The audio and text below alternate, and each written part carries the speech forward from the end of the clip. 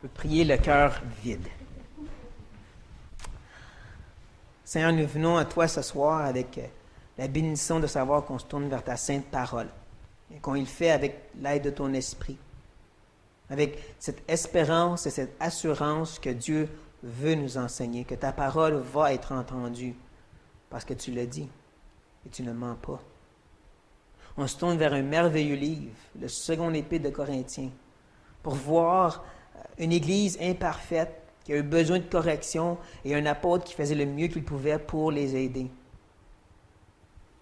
On va voir justement un peu plus la présence de Paul ce soir. On va le regarder peut-être plus comme un exemple aussi pour nous tous. Et ayant eu l'occasion et la bénédiction de pouvoir baigner quelque peu plus dans ce merveilleux texte et de méditer sur l'exemple de Paul, je te remercie. Et je te demande que mes frères et sœurs puissent baigner aussi dans cette vérité. Que je puisse, par ton aide, adéquatement bien expliquer et exprimer et enseigner ces choses que tu m'as partagées. Comme toujours, mon désir et ma requête, c'est que ça devienne ta parole. Que mon enseignement devienne vraiment ta parole pour mes frères et sœurs. Qu'elle ait un impact pour leur vie, une direction, une instruction. Père, que tu aies leur attention. Tu leur parles. Leur fasses comprendre des choses qui sont peut-être utiles pour leur vie. On va voir beaucoup cette idée de communion et de support mutuel. Et ça, c'est un de ces sujets qu'on a grandement et toujours de besoin en tant que frères et sœurs. Ça ne s'arrête pas juste aux membres de l'Église baptiste des Basses-Laurentides, mais l'Église universelle en soi, les uns les autres. Comme Paul et les Corinthiens. Donc, aide-nous, Père, à prendre ce joug communal, communautaire les uns envers les autres, et de se supporter mutuellement, comme Paul le désirait et le recherchait auprès des Corinthiens.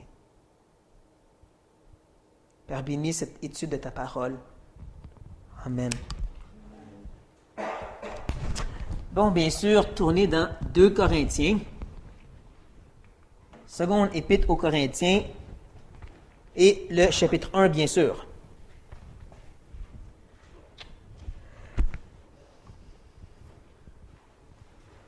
Ce soir, vous allez mieux comprendre ce que je disais à propos de la difficulté de faire une esquisse, de séparer le texte.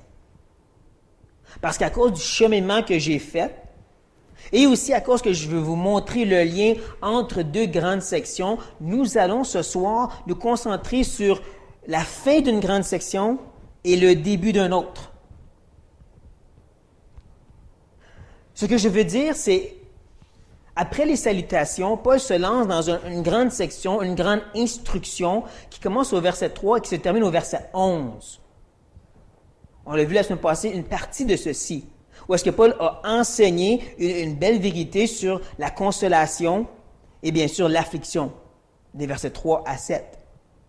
Mais rendu au verset 8 à 11, Paul va donner son exemple personnel sur ce même sujet. Donc on est toujours dans cette section. C'est un passage qui est quand même assez simple, donc je me suis permis de me lancer aussi dans l'autre. Du verset 12 jusqu'au verset 18, Paul va maintenant finalement discuter de ce fameux voyage qui n'a pas eu lieu, qui a causé beaucoup de problèmes à Corinthe. De 15 à 18, c'est son explication en soi. 12 à 14, c'est l'introduction à son explication. C'est une défense personnelle de sa personne. Donc, ce soir, ce qu'on va regarder ensemble, c'est son exemple et sa défense. Ce que je veux vraiment que vous compreniez, c'est le cheminement d'ajouter la salutation avec la première partie de la section, fait en sorte que ça décale tout le reste et ça va continuer comme ça. Mais en même temps, ça vous permet de voir qu'il y a des liens vivants entre les sections, pas des gros gouffres de séparation.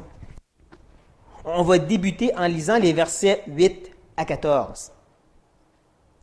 Nous ne voulons pas, en effet, vous laissez ignorer, frères, au sujet de la tribulation qui nous est survenue en Asie, que nous avons été excessivement accablés, au-delà de nos forces, de telle sorte que nous désespérions même de conserver la vie.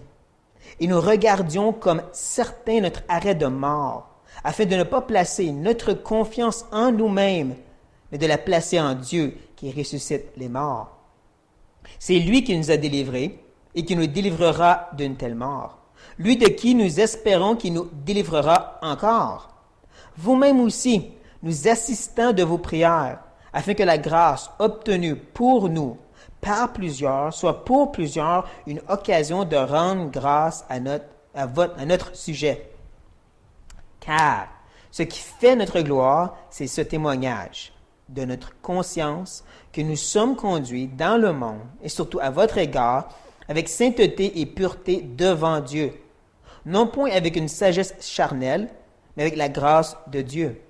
Nous ne vous écrivons pas autre chose que ce que vous lisez et ce que vous reconnaissez.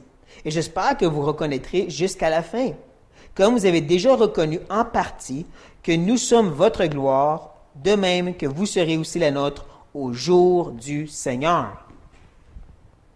Donc, tout de suite en partant, nous voyons que Paul est toujours dans une grande section qui ne fait que continuer fluidement de parler du sujet. Est-ce que vous savez pourquoi je dis que tout de suite en partant, on voit ce lien fluide?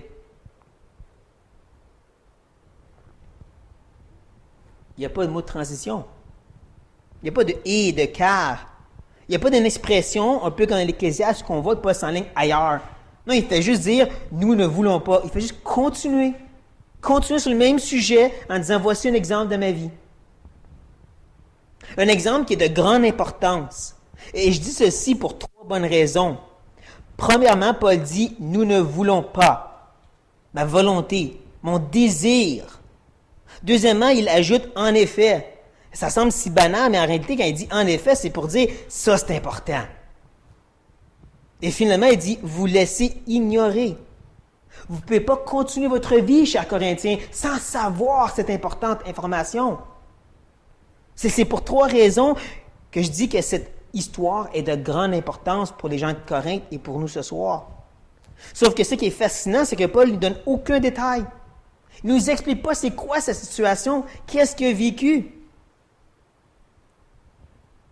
Même que quand il dit c'est survenu en Asie, l'Asie c'est un énorme territoire qui inclut des provinces comme la Macédoine, ou qu'on a Éphèse et ainsi de suite. On sait que Paul a eu beaucoup de péripéties dans ce coin-là. Ça peut être n'importe quoi. À tel point que les commentateurs sont complètement perplexes. Ils essayent, mais ils disent on ne sait pas. Et moi, je dis que Paul fait exprès pour être ambigu de cette façon, pour rester dans cette mentalité toute affliction. Justement, tribulation, c'est le mot affliction qui est ici.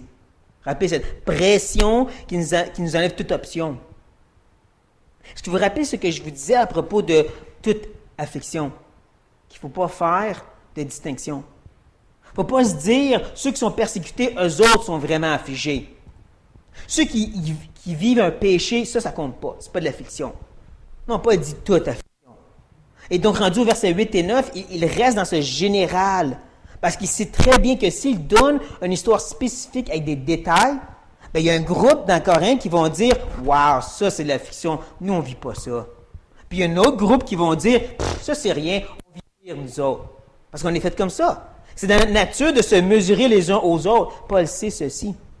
Le Saint-Esprit sait ceci. Et c'est pour ça que Paul ne donne pas de détails. À la place, il va nous partager comment il s'est senti dans la situation. Rappelez-vous que la souffrance, c'est surtout l'impact sur la personne intérieure. Et donc, Paul continue en disant que nous avons été excessivement accablés. Le mot « excessivement » veut littéralement dire « amener à côté ». L'idée ici, ce serait un gros poids qui était accroché à Paul et son équipe, qui les a jetés par terre, à tel point qu'il n'y avait plus de force, de telle sorte qu'ils désespéraient. Et un peu comme en français, le terme grec ici veut dire « pas de sortie ».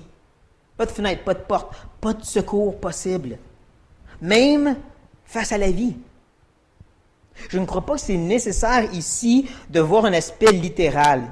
Je ne dis pas que Paul n'était peut-être pas en danger pour sa vie. Je dis juste que ce n'est pas ça le but premier de ce que Paul dit. Il nous partage, comme j'ai dit, comment que lui a vécu la chose. Regardez au verset 9. Il dit, il nous regardions. L'idée ici, c'est, je peux dire, les yeux du cœur. C'est comme ça qu'eux ont perçu la situation. Ils avaient comme un arrêt de mort, une sentence légale, tu vas mourir. C'est comme ça qu'ils se sentaient. Et pourquoi est-ce que Dieu les a amenés à ce point d'être si découragés de presque vouloir mourir? Bien, il nous le dit, afin de ne pas placer notre confiance en nous-mêmes. Et le mot confiance, c'est dans la même famille que foi. C'est l'idée de se persuader soi-même. C'est plus que juste « je pense que je suis capable ». C'est littéralement « tassez-vous, je m'en occupe ». C'est cette sorte de confiance-là que Paul parle ici. Qu'il faut enlever de nous-mêmes et mettre en Dieu. Celui qui ressuscite, verbe au présent. Pas celui qui va ressusciter, oui, il va le faire, mais présentement, Dieu a cette puissance aussi. Encore ici, je dirais que ce n'est pas nécessaire d'être littéral, la résurrection du mort de Paul. Mais de voir qu'il fait un contraste dans le verset 9.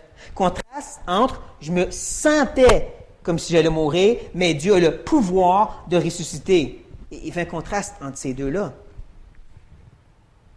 Ce que j'essaie de dire ici, c'est que l'emphase de cette histoire de Paul n'est pas mise sur ce que Dieu peut faire, ce que Dieu veut faire, afin de ne pas placer notre confiance en nous-mêmes. C'est ça la raison pourquoi Paul nous raconte cette histoire, nous montrer qu'est-ce que Dieu voulait faire dans sa vie, lui enlever toute confiance interne. On va sauter un verset. Voici ce que M. Calvin a à dire sur le verset 9. Deuxièmement, il est à remarquer que les saints eux-mêmes ont des restes de cette maladie et que pour cette raison, ils sont souvent réduits à une extrémité qui, dépouillés de toute la confiance en soi, ils peuvent apprendre l'humilité. Plus encore, cette maladie est si profondément ancrée dans l'esprit des hommes que même les plus avancés ne sont pas complètement purgés d'elle, jusqu'à ce que Dieu présente la mort devant leurs yeux. Et par conséquent, nous pouvons en déduire jusqu'à quel point la confiance en nous-mêmes doit déplaire à Dieu. Lorsque dans le but de la corriger, il est nécessaire que nous soyons condamnés à mort.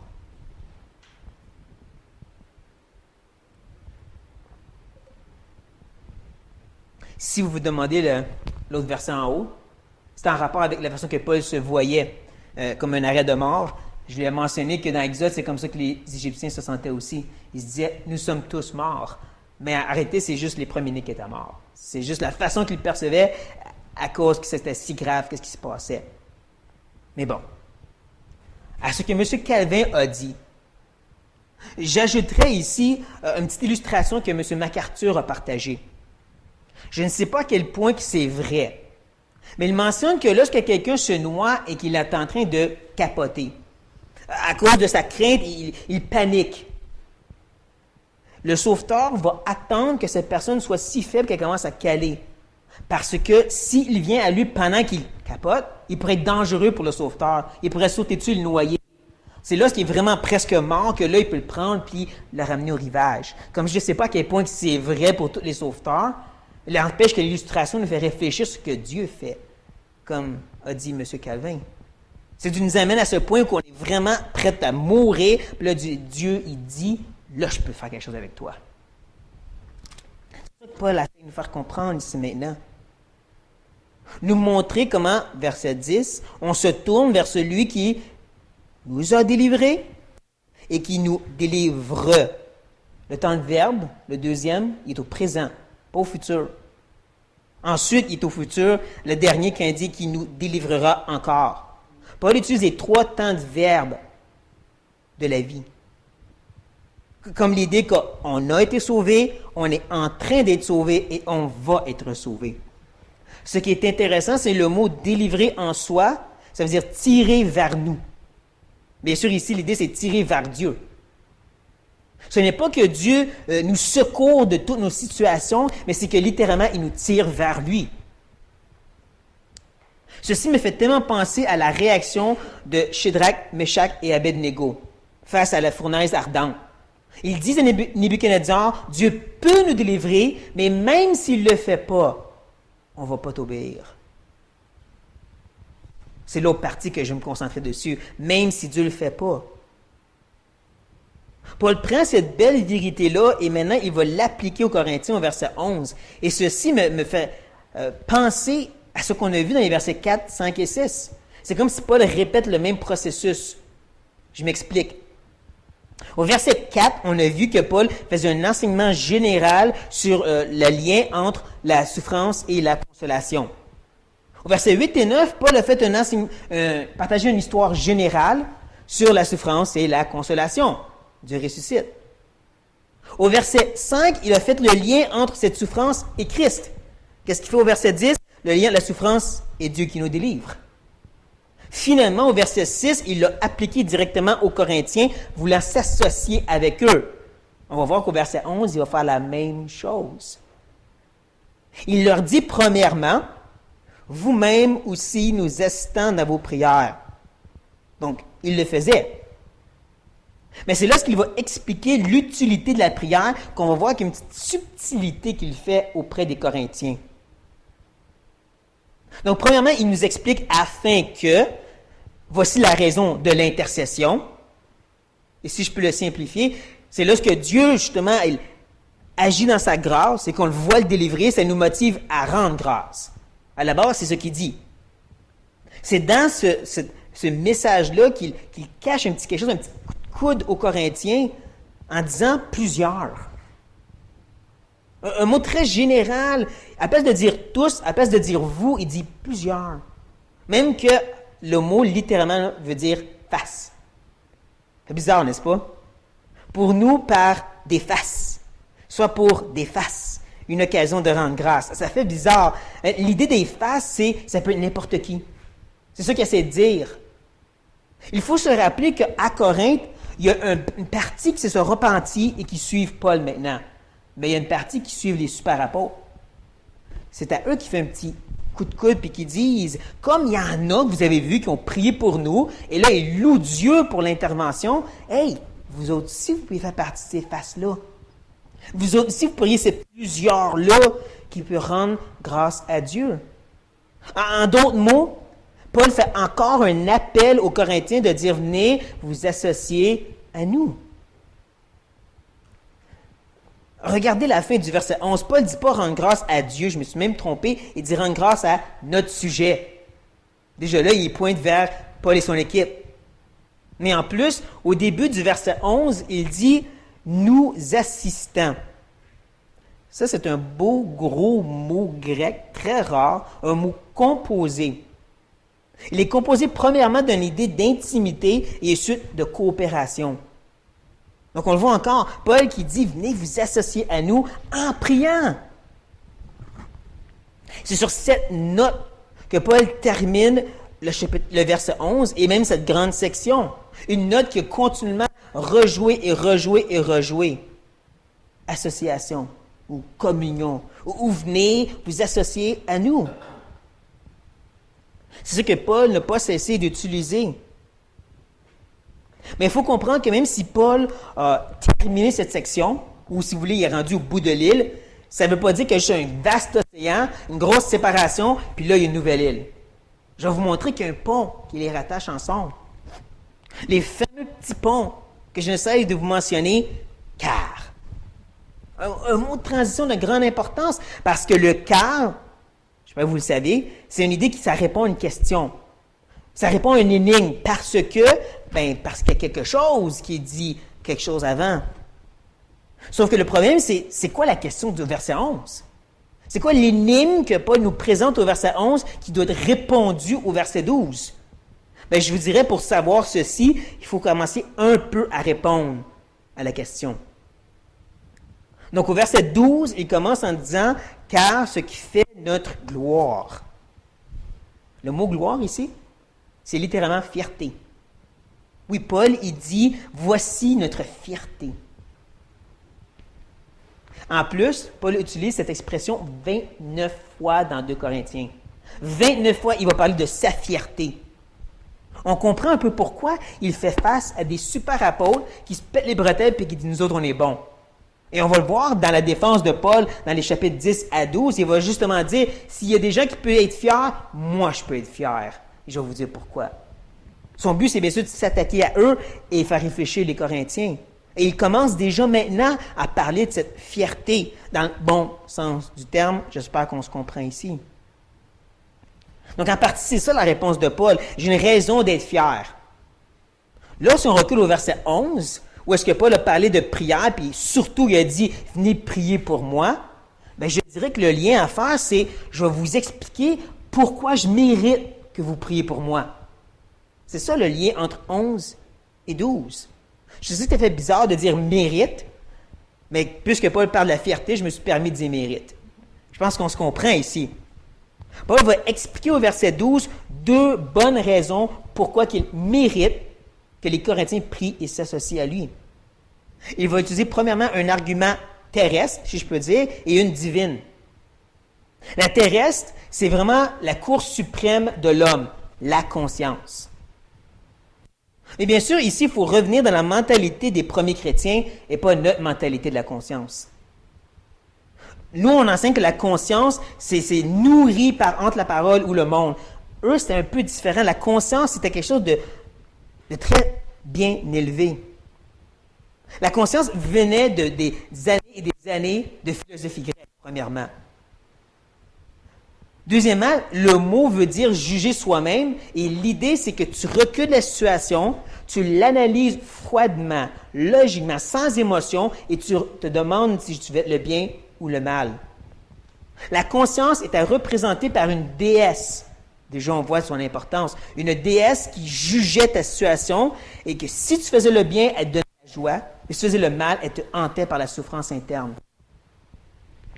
Tout ça, c'était dans la tête des Corinthiens grecs. Et même de Paul qui avait étudié la philosophie grecque et qui utilise un terme qui vient d'eux autres. Donc tout ça doit rester en tête et comprendre que Paul utilise, comme j'ai dit, l'ultime argument ici pour ces Grecs à Corinthe. Leur disant, j'ai reculé de ma situation et je peux vous dire que ma conduite auprès des hommes, auprès du monde, auprès de vous, elle est sans problème. Elle est, comme il dit, avec sainteté et pureté devant Dieu. Donc, ce premier argument est très lourd comme argument. Mais elle nous amène aussi à ce qui est divin. Dans la Nouvelle Bible seconde, cette même expression est traduite comme ceci. Avec une simplicité, une sincérité qui vient de Dieu. Mais je pense que le Darby est presque pareil à ça. Simplicité et sincérité. Je ne sais pas si vous l'avez. C'est ça. Donc ça nous oblige de faire un petit peu une analyse de ce qu'on est en train de voir ici. Premièrement, le mot sainteté ou simplicité veut littéralement dire sans cire, sans de la cire. OK, c'est quoi le rapport? Et dans ce temps-là, lorsque tu faisais un pot, un chaudron, quoi que ce soit, avec la céramique, ça se peut que ça craque. Et tu vas cacher la fissure avec la cire pour pouvoir ensuite la vendre.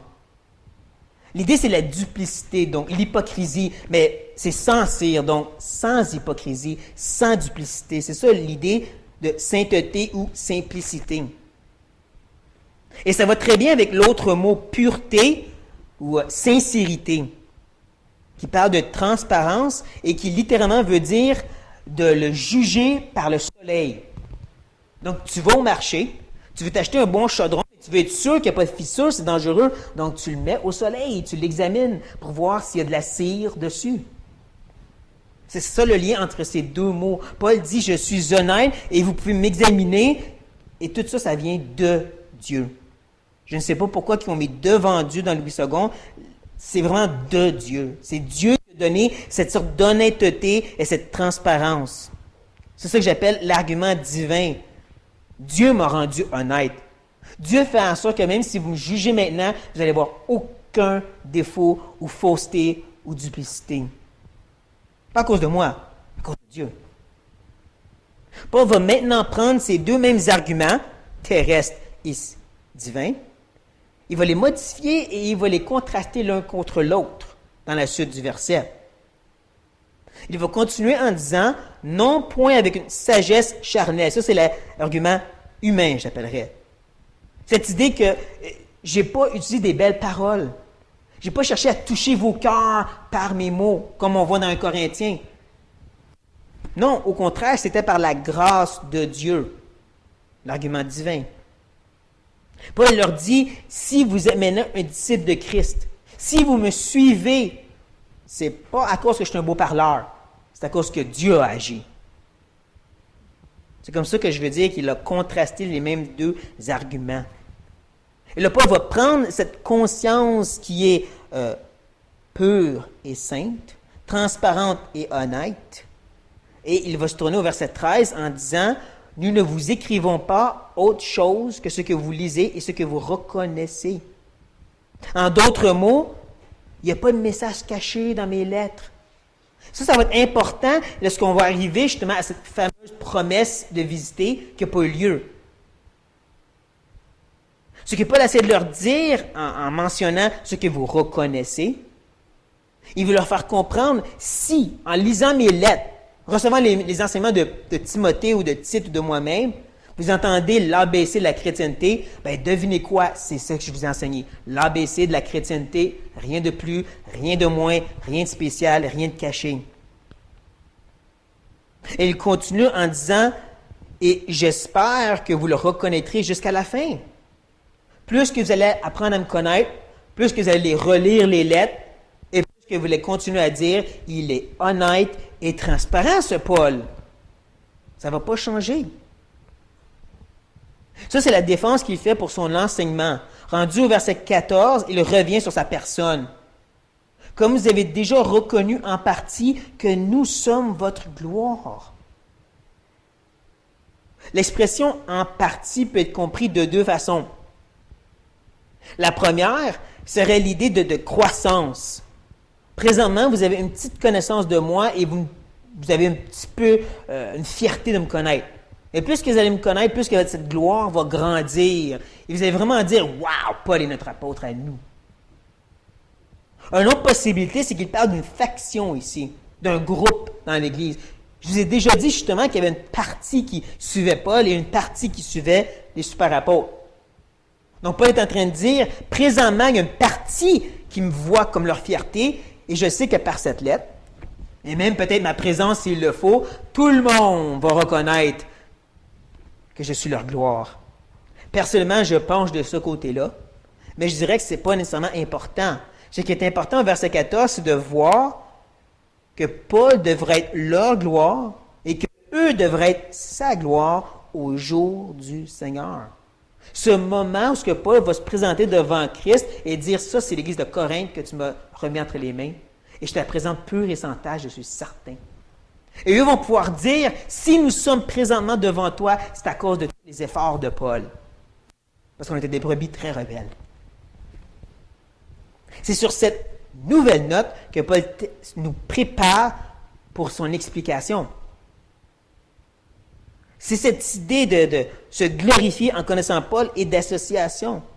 C'est cette idée de Paul qui dit « Ma gloire », c'est que ma conscience me dit « Je suis honnête et transparent, que j'ai rien fait de mal, que j'écris rien de faux. » Et là, il va pouvoir se défendre comme il faut, rendu au verset 15, comme on va voir la semaine prochaine.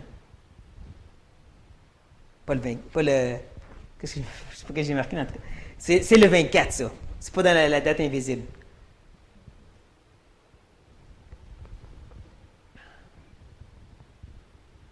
Mais je dirais que ceci, contrairement à ce que les critiques pensent, ça nous montre que ce livre n'est pas saccadé, pas tout séparé et sans fluidité. Au contraire, on voit que Paul est en train de construire vers quelque chose. Il est en train de faire un édifice, c'est juste pas une maison traditionnelle. Un peu comme Éphésiens, ou Colossiens, ou Romains. Vous savez ce que je veux dire par une maison traditionnelle? Ceux qu'on dessinait en maternelle. Le petit carré, avec les toits en triangle, la porte rectangulaire, le petit cercle pour faire la poignée, puis les deux fenêtres, bien sûr, un de chaque bord. Hein, on a tous dessiné ça comme maison, plus ou moins. On avait toutes la même maison, ça a l'air.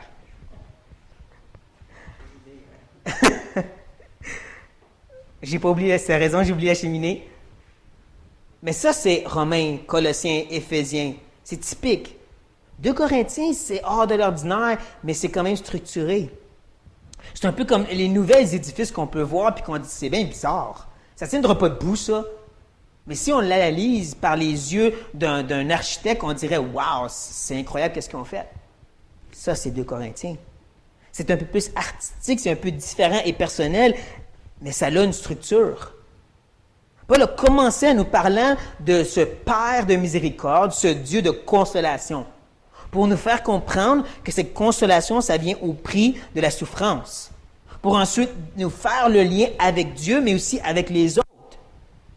Et Paul prend ce lien, comme on l'a vu ce soir, et dit, moi aussi j'ai souffert comme vous, et j'ai été consolé, donc venez prier avec moi, venez prier pour moi. Parce que je suis honnête et vrai par la grâce de Dieu.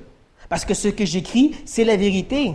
Et ceci va l'amener à s'expliquer. Et tout ceci, c'est en préparation de sa grande défense des chapitres 10 à 12. Parce qu'une des attaques de ces super apôtres, c'est de dire que Paul, c'est un hypocrite qui parle des deux bords de la même bouche. Qui fait des promesses puis qui ne garde même pas. On a un exemple avec ce voyage qu'il n'a pas fait. Et donc, Paul prépare déjà sa défense ici. Et c'est tout, comme je dis, en train d'enligner vers son but principal. Donc, ça a une structure. Et le passage qu'on vient juste de regarder ensemble, ce que Paul vient de nous montrer, nous montre, je dirais, un point commun de grande importance pour nous tous. Parce que oui, on est tous en Christ. Ça, c'est la sphère dans laquelle on habite. Mais à l'intérieur de ça, on a des points communs. Et un des plus grands, c'est la souffrance. C'est le fait que personne ne peut se sauver du fait qu'on va être affligé. Parce qu'on est tous des pécheurs. Parce qu'on est tous attachés à faire les choses à notre façon et on veut être assis sur le trône de notre propre... être le propre Dieu sur notre propre trône. Parce que Dieu veut crucifier cette confiance en soi, ce moi. Ça, c'est pareil pour tout le monde ici ce soir. C'est sûr que ce n'est pas la même ampleur qu'on va vivre, ce n'est pas la même façon, les mêmes souffrances, mais on se rejoint dans le fait qu'on va tous souffrir. C'est ça qui nous aide à mieux se supporter et prier les uns pour les autres. Cette notion qu'on sait c'est quoi d'avoir une vie dure parce qu'on est des chrétiens. Un frère m'a déjà demandé un jour comment on fait pour grandir dans la compassion des frères et des sœurs. Comment on fait pour avoir des entrailles de miséricorde. Je lui ai dit, c'est la prière. Ça commence en étant attentif aux besoins des autres et de les mentionner dans tes prières. Et tu passes de mentionner à plaider. Et à un certain moment donné, quand tu es durement éprouvé et que tu souffres incroyablement et que tu es en train de crier que Dieu te secourt, tu gardes cette émotion-là dans ton placard. Et quand tu entends parler d'un frère ou d'une sœur qui souffre, tu leur sors et tu dis, comment je me sens ici, je vais le faire pour eux autres maintenant. Ça fait grandir des entrailles de miséricorde. Ça, c'est le lien qui nous rattache toute la souffrance, la prière, mis ensemble, comme on l'a vu ce soir. C'est ça qui va faire en sorte qu'on peut vraiment être fiers de se connaître les uns les autres. On est tous des pécheurs en processus de transformation. Et considérant le texte qui est devant moi, je vais le dire, fier de notre pasteur. Je ne peux pas m'en sauver. Paul parle de lui-même. Cette idée qu'au jour du Seigneur, on va pouvoir dire qu'on est fier d'avoir été mené par Benoît Carrier. En retour, on espère qu'il va pouvoir dire avec fierté, ça c'est l'Église que tu m'as donnée, je suis content de te présenter. Je dirais même, prenez le temps un jour d'aller voir les avertissements dans Hébreux 13, ceux sur comment on devrait agir auprès de nos pasteurs. Dieu me les a marqués au fer rouge il y a quelque temps, pour me faire rappeler l'importance de ne pas être un fardeau, mais un aide. Mais bon, ça, c'est les liens qui nous rattachent. Comme j'ai dit, la prière de la souffrance. Bien sûr, on va prier.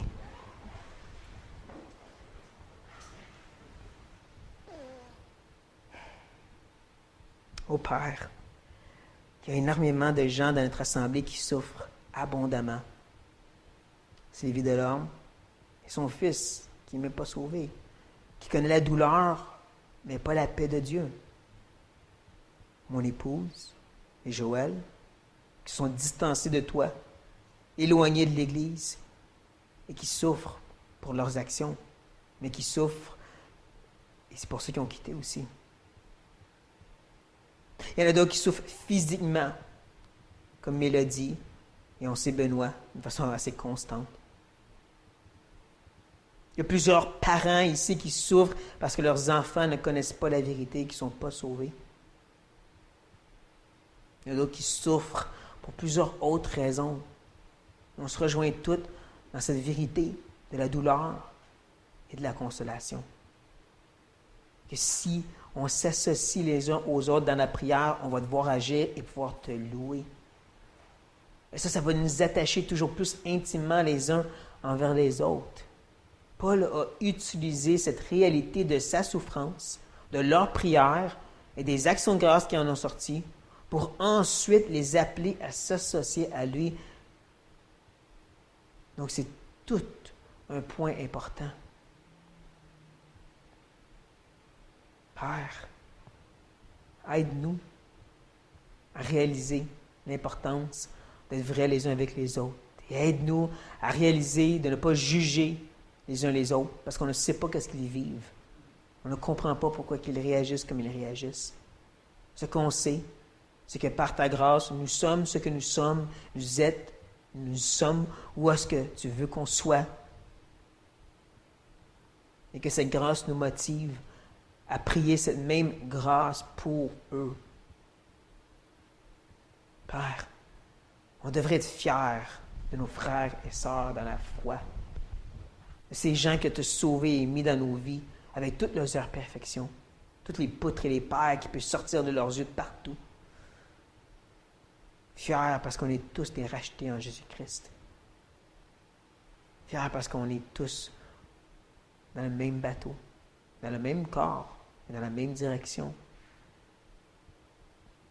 Comme Paul le dit, c'est ça notre gloire. C'est nos frères et sœurs dans la foi. Amen. Amen.